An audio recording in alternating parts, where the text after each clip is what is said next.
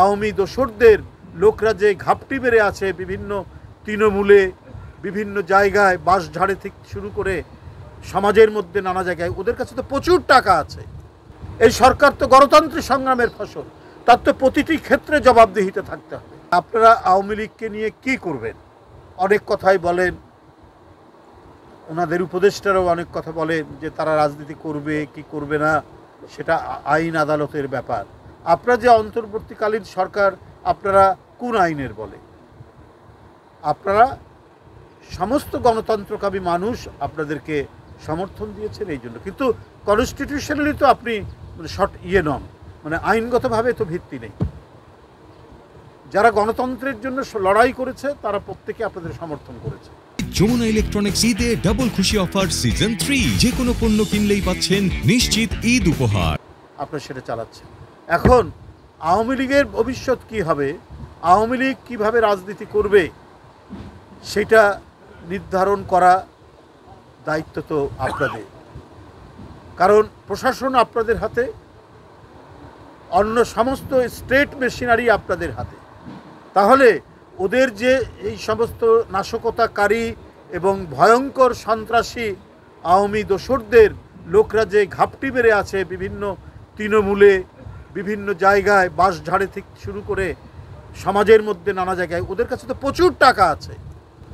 ওদের কাছে পেট্রোল কিনে মানুষের বাড়ি পুড়িয়ে দেওয়ার যে অর্থ, মানুষকে হত্যা করার জন্য যে অস্ত্র লাগে তার অর্থ তাদের কাছে আছে।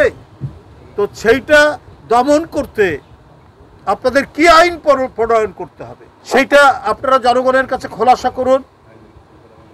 যেহেতু প্রশাসন আপনাদের হাতে, সেখানে অনেকেই তাদের পালিয়ে গেছে পার্শ্ববর্তী দেশ বা অন্য কোনো দেশে, কিন্তু এরা প্রশ্রয় পাচ্ছে কার দ্বারা?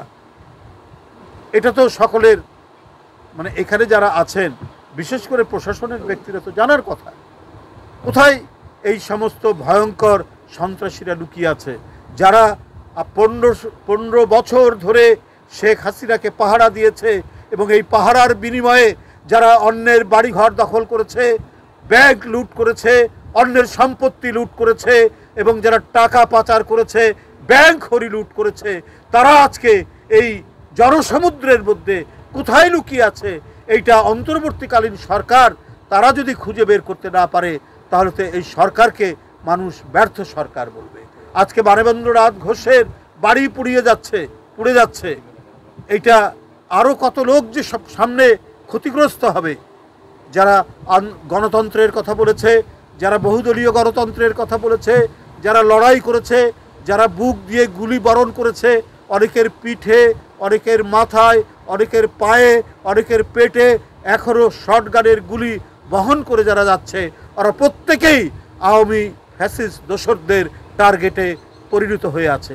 তারা এক এক করে তাদের উপর আক্রমণ করবে। তো সুতরাং এই সরকার অনেক কথা বলছেন, নির্বাচন নিয়ে কি টালবাহানা করছেন, নানা কিছু বিষয় আমরা দেখছি।